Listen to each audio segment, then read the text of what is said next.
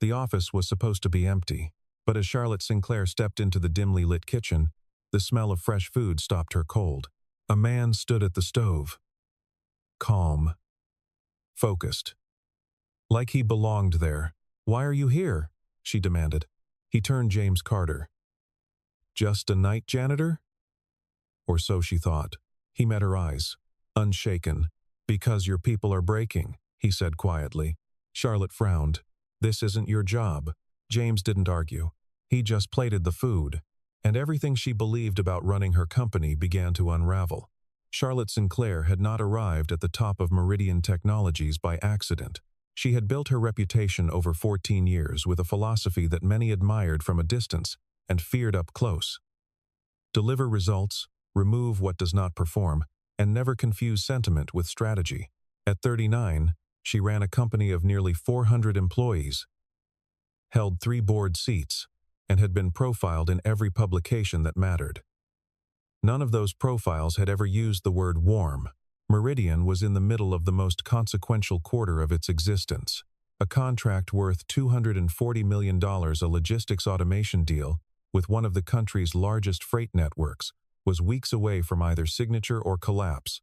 Charlotte had restructured 3 departments, replaced 1 vice president, and extended the standard working hours across the project team without a formal announcement. The expectations simply arrived, the way all expectations did at Meridian, silently and with full force.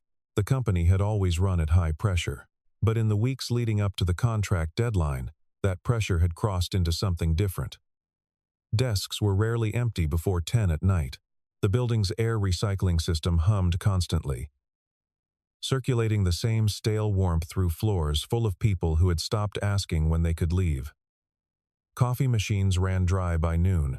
The small ergonomic details the company had once advertised in its recruitment materials, adjustable desks, natural light, a meditation room on the 8th floor, had become architectural irony.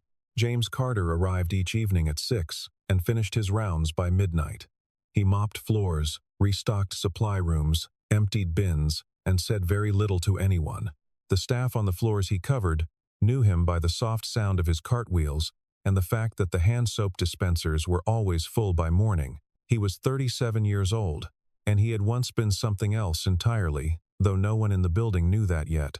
What they did notice, eventually, was the food. Not at first. At first, it was only the smell, something savory and honest, drifting from the direction of the staff kitchen on the 14th floor, sometime around 9 in the evening. A few people assumed it was a delivery. A few others were too tired to wonder, but it was always there, quiet as James himself, carrying warmth into a building that had forgotten the concept. On the night Charlotte came down looking for a bottle of water she had left in the kitchen refrigerator, she found something she had not expected. A man who did not flinch when she walked in.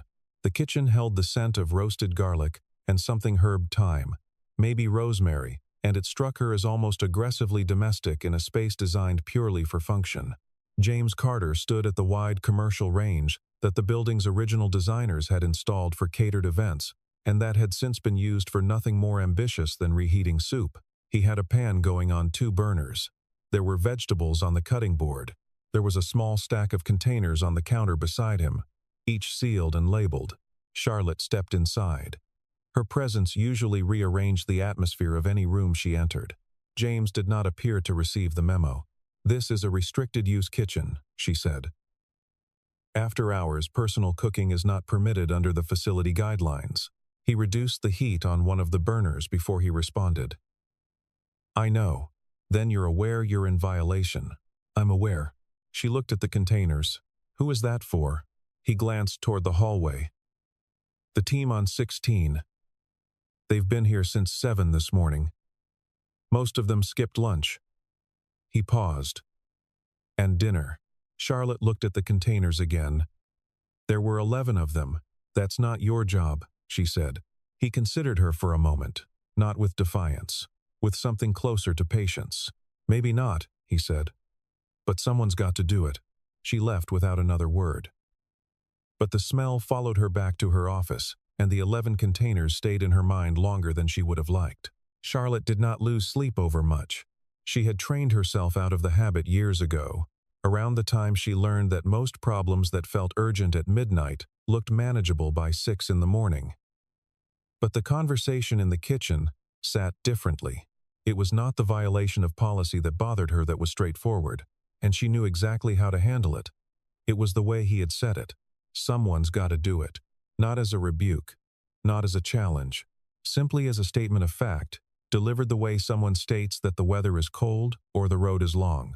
In the days that followed, she began to notice things she had not noticed before.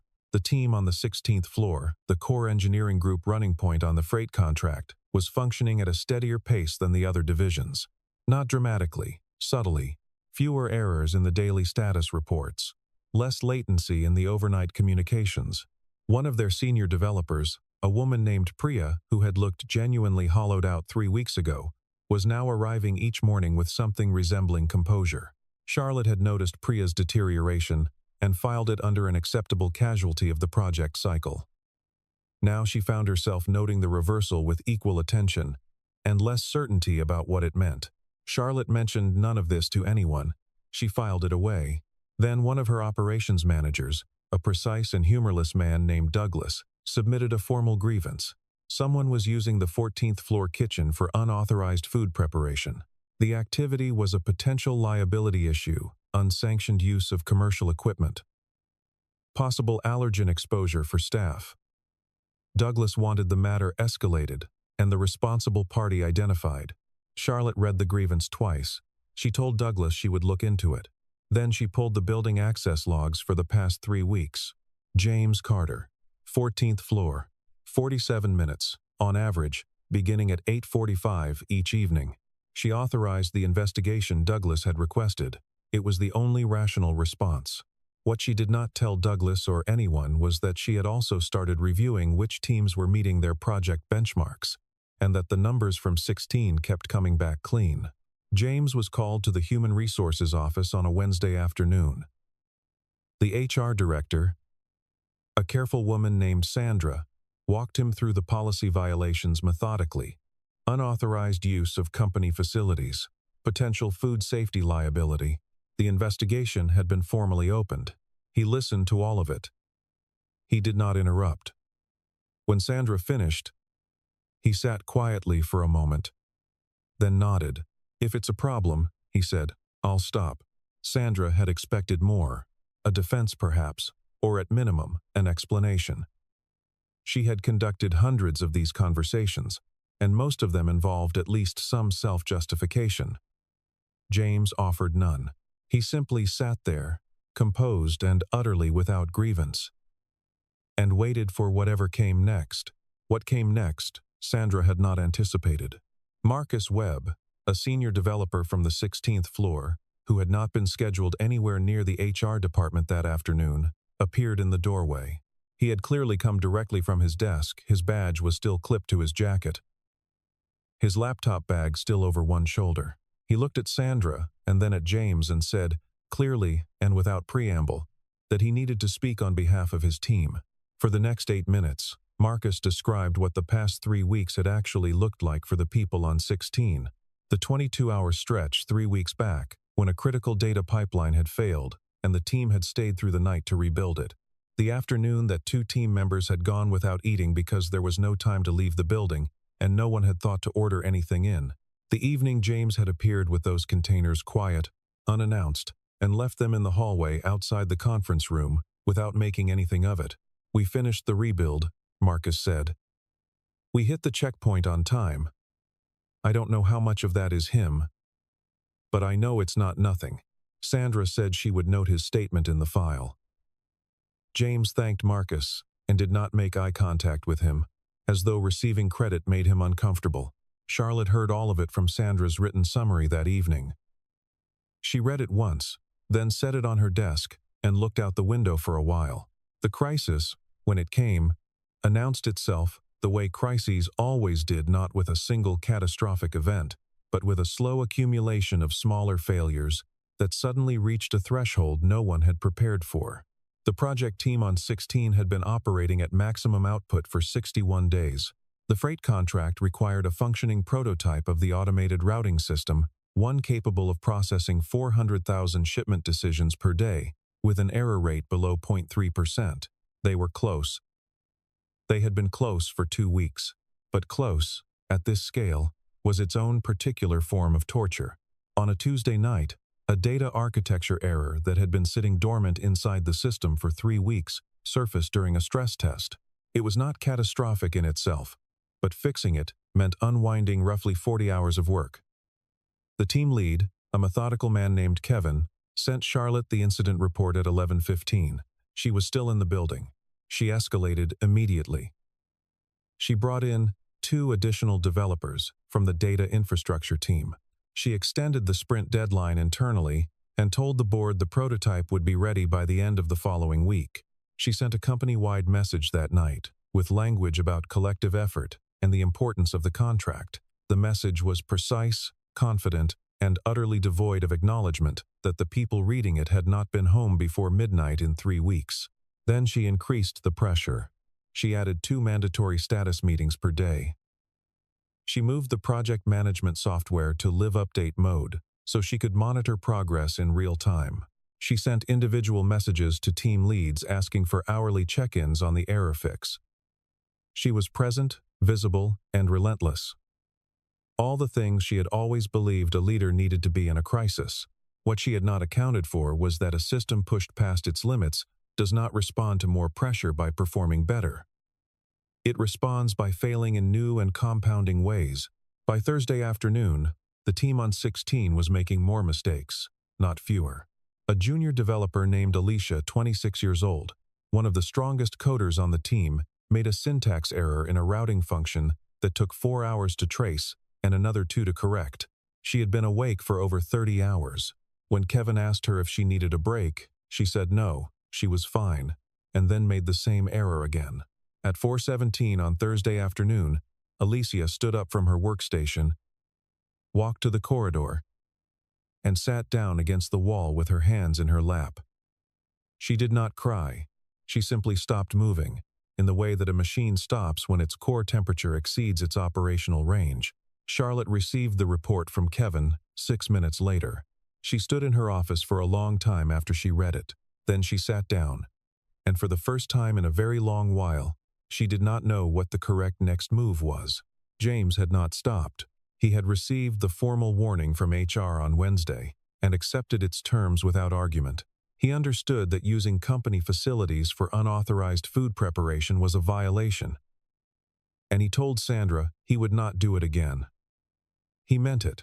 What he had not promised was that he would stop caring about the people on the 16th floor. On Thursday evening, the same evening, Alicia had sat down in the corridor. James arrived for his shift and finished his regular duties on the floors below 16 in record time. Then he went home. His apartment was 20 minutes away by bus. He had a daughter named Grace, 8 years old, who was staying that week with his sister while he worked the late rotation. He went home, cooked for 2 hours, and came back. He brought the food in his personal containers. He left it at the entrance to the 16th floor with a note that said only, "For the team, take a real break. 20 minutes. The work will still be there." He had made a chicken and white bean soup, something he knew would stay warm inside the containers. Something easy to eat quickly, something with enough protein to hold a person through another 4 hours of close work. He had thought about this on the bus ride back. He had always thought about food the way other people thought about engineering, as a set of problems with human variables. What does this person actually need right now? At this hour, in this condition? The answer was rarely the same as what they said they wanted. He did not know that Kevin had seen him leave it. He did not know that Kevin had read the note aloud to the room. He did not know that all 11 people in that room, including Alicia, who had returned to her desk, had stopped for 22 minutes and eaten something warm and slept briefly with their heads down on their folded arms. What he did know, when he came back the following morning to clean the floor, was that the containers were stacked neatly by the door, with a handwritten word on the top one. "Thank you." The prototype error was resolved by Friday night. Kevin's report to Charlotte the following Monday began with the line, "We hit the checkpoint." At the end of that Monday's status meeting, Kevin said, almost as a footnote, "I want to be honest about something. The last push wouldn't have happened the way it did without James Carter. Charlotte said nothing, but she noted the name. She started with the HR file. It was thinner than she expected. One formal warning, one prior address correction, a clean performance record across 14 months. Then she pulled his application from onboarding records. The employment history section listed 2 years at a hotel's culinary operation, 1 year consulting for a restaurant group, and before that, 4 years as executive chef at a restaurant in the city that Charlotte recognized. She had eaten there once, at a business dinner, years ago. She remembered the food. She sat with that for a moment. She requested the full background summary from her chief of staff and received it by mid-afternoon. James Carter had been trained at one of the country's top culinary programs. He had run a kitchen with a team of 19. He had left the industry, had walked away from what the file described as a promising career trajectory 3 years ago. The file did not explain why. It only noted a gap of 8 months between his last culinary position and his application to Meridian's facilities team. Charlotte filled in the gap herself, later, from a conversation she would not have expected to have. It was a Friday evening, and she had stayed late again, a habit so ingrained it had stopped registering as a choice. The building at that hour had a particular quality. The daytime noise stripped away. The work that remained more visible. The people who had stayed reduced to the truest version of what they were willing to give. She had always thought of it as her best time to think. Tonight it felt, for the first time, like something closer to loneliness. She passed the 14th floor hallway on her way back from the printer room and saw a light under the kitchen door. She stopped, then pushed it open. James was sitting on the counter near the window with his phone in his hand, not cooking. He was on a video call, his voice low and easy, and on the screen Charlotte could make out a small face, a child, 8 or 9 years old, with her father's same calm eyes. "I'll be home Sunday," he was saying. "We'll make the pancakes, the blueberry ones." He looked up and saw Charlotte in the doorway. He didn't startle. He told his daughter he loved her and said goodnight and set the phone down on the counter. "I'm not cooking," he said. "Just needed a minute." Charlotte looked at him, the files, the food, the phone call, the calm, and felt something rearrange itself behind her sternum. "What happened to the restaurant?" she said. He was quiet for a moment. "My wife got sick. I needed to be home more." He paused. "She passed about 3 years ago." Grace was 5. Charlotte did not say she was sorry. The words would have been accurate and completely inadequate. She looked at the window instead. "You went from running a kitchen to mopping floors," she said. "The hours are predictable," he said. "I know exactly when I'll be done. She needs that from me right now." Charlotte nodded once and left. She did not sleep easily that night. The board meeting happened on a Monday. Charlotte had called it herself, which was unusual ordinarily. The quarterly reviews ran on schedule, and she controlled the agenda without needing a special session. But the contract was 12 days out. The prototype was performing, and there was a personnel matter she had decided could not wait for the regular cycle. She presented the project update first. Solid numbers. On track. The board was pleased and expressed it in the measured language boards use when they are genuinely relieved. Then she raised the matter of James Carter. The room shifted almost immediately. One of the senior directors, a man named Gerald Holt, who had been on Meridian's board since its founding, and who held the particular conviction that process and policy were synonymous with professionalism, leaned forward before Charlotte had finished her first sentence. "He was warned," Holt said. "There's a process for this. We follow it." "He was warned for using a kitchen," Charlotte said. "He used it to feed a team that was working around the clock for the company's most important contract. That's irrelevant. The rules exist for a reason. The rules exist to protect the company," Charlotte said. "The question is whether we're enforcing them in a way that actually does that." Another director, a younger man named Preston, who had joined the board the previous year and had spent most of this morning's meeting looking at his phone, set the phone down and said, without looking up, "He's a janitor. This is a lot of institutional energy for a janitor." The word landed in the room with a particular weight. Charlotte looked at Preston for a moment. She had hired him because he was analytically precise and commercially aggressive, and he had been both of those things reliably for 18 months. She had never had a reason, before now, to consider what kind of person those qualities were attached to. He's a trained executive chef who left his career to take care of his daughter after his wife died, she said. He has spent the last 3 weeks keeping our engineering team functional, under conditions that we created, and that I have not, until now, adequately addressed. She paused. His job title is not relevant to any of that. Holt said that regardless of his background, the policy had been violated, and the company had a liability exposure. Charlotte said, "Maybe the problem isn't him. It's us." The room went quiet, in the particular way rooms go quiet when something true has been said that no one has prepared a response to. She did not fire James Carter. She did not suspend him, reassign him, or allow the investigation to proceed to its logical conclusion. She closed the HR matter, noted in the file that the circumstances warranted managerial discretion, and submitted a proposal to the board within the week, a formal review of Meridian's employee wellness and operational sustainability practices, with particular attention to how teams were being supported during high-stakes project cycles. The proposal passed. Holt abstained. Preston voted yes, which surprised her.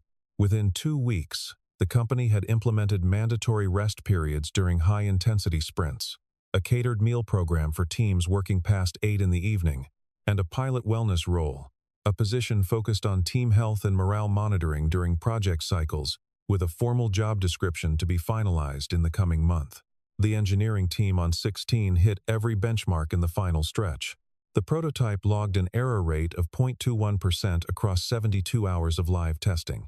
The freight contract was signed on a Thursday afternoon, and Charlotte shook hands with the client's CEO in the glass-walled conference room on the top floor, while the team on 16, 14 flights below, heard the news from Kevin and sat for a moment, in the good quiet of a thing finally finished. Charlotte found James in the corridor outside the stockroom that evening, refilling a supply cart. She had not planned what she was going to say. She rarely found herself in that position. "I owe you an explanation," she said. He looked at her. "You don't." "I do." She leaned against the wall. "I've been running this company like a machine for a long time. High input, high output, and the assumption that anyone who couldn't sustain the pace wasn't suited for the work." She paused. "I think I've been wrong about that. I think I've been wrong about a lot of things." He set the cart to the side and crossed his arms loosely, listening in the way he always listened completely, without filling the space. "People don't break because of work," he said, after a moment. "They break because no one sees them." She had been thinking about those words since the night in the kitchen, when he had said something like them for the first time. They landed differently now, in the corridor, with the contract signed, and the team finally sleeping, and the whole long season of pressure beginning to ease. "How did you know what they needed?" she asked. He thought about it. "I've cooked for people my whole life. You learn, pretty quickly, that food isn't really what they're after." He looked at the cart, then back at her. "What they're after is the feeling that someone thought about them." Charlotte looked down the corridor, at the lit windows, at the building that had been her entire world for the past decade. She thought about the press profiles, the board meetings, the restructuring plans, the $240 million signature on a piece of paper on the top floor. She thought about Alicia sitting in the corridor with her hands in her lap. "I've been very good at thinking about the company," she said. "I know," he said, without judgment. There was no edge in it, no subtle reprimand, dressed as neutrality. It was simply what it was, the acknowledgement of a fact, offered by someone who appeared to hold no grievance about any of it. That absence of resentment, Charlotte thought, was either the mark of an unusually forgiving nature or the mark of someone who understood something about people that she had not yet learned. She suspected it was the second thing. They stood in the corridor for another moment, the air between them carrying something neither of them named. Then she pushed off from the wall and straightened her jacket. "Get home to Grace," she said. He almost smiled. "She'll want to hear about the pancakes." The season that followed was the quietest Meridian had seen in years. Not empty quiet, but the productive kind. The kind that sounds like people working at a pace they can sustain. The catered meal program ran smoothly. The mandatory rest periods took 2 weeks to stop feeling like a novelty. and began to feel, instead, like simple decency. 3 team leads submitted feedback through the new internal channel that the changes had already improved output quality on their floors. A 4th wrote that the biggest difference was harder to quantify. People had started talking to each other again at the coffee station in the morning. Small talk, mostly, but the kind of small talk that meant something, the kind that meant people still had some of themselves left at the end of the day. Douglas, the operations manager who had filed the original grievance, reviewed the pilot wellness role description and said to his own evident surprise that it was a well-constructed position. James Carter applied for the wellness role in the 2nd week it was posted. He was not the only applicant. He was, however, the one who arrived at the interview already knowing the names of every person on the 16th floor, their dietary restrictions, and the approximate hour each evening when their focus began to collapse. He was offered the position on a Friday. He accepted it, then went home and told Grace that he had a new job, that he was still going to be at the same building, but that his job now was to make sure the people who worked there were doing all right. Like a doctor? She asked. More like a cook, he said. She thought about this for a moment and decided it made sense. The contract anniversary fell on a Thursday, 4 months after the signature. Charlotte had not planned any formal acknowledgement. That was not her instinct. And the company had moved on to its next challenge already, a platform expansion that was consuming most of the architecture team's attention. But late that evening, walking back from a board call, she found herself on the 14th floor, without entirely meaning to. The kitchen light was on. She pushed the door open. James was at the range, 2 burners going. The counter organized with the particular efficiency of someone who spent their early career managing kitchens for large numbers of people. There were containers stacked and ready. The smell was the same one that had stopped her in this hallway months ago, warm and grounded, carrying the suggestion that someone had taken time with it. He looked up. He had not startled the first night, and he did not startle now. Charlotte stepped inside. She stood for a moment, looking at the pan, at the organized counter, at the containers labeled by floor and by name. "What are we cooking tonight?" she asked. James Carter looked at her for a moment, the same steady look he had given her the night she had asked him why he was there, back when the answer had seemed to her like a provocation and had turned out to be something far simpler and far more important. He handed her a spoon. "Roasted chicken," he said. "You stir." She took the spoon. She did not ask if she was doing it right. He did not tell her she was doing it wrong. For a little while, neither of them said anything at all, and the silence was not the kind that asks to be filled. It was the kind that means 2 people are, for once, simply present in the same place at the same time, without an agenda between them. And in the warm, amber light of a kitchen that had quietly become the most honest room in the building, the question that had started everything, "Why are you here?" had finally found its answer. Not in words. In the simple, unglamorous, entirely human act of one person standing beside another, making sure that at the end of a long night, no one went unseen.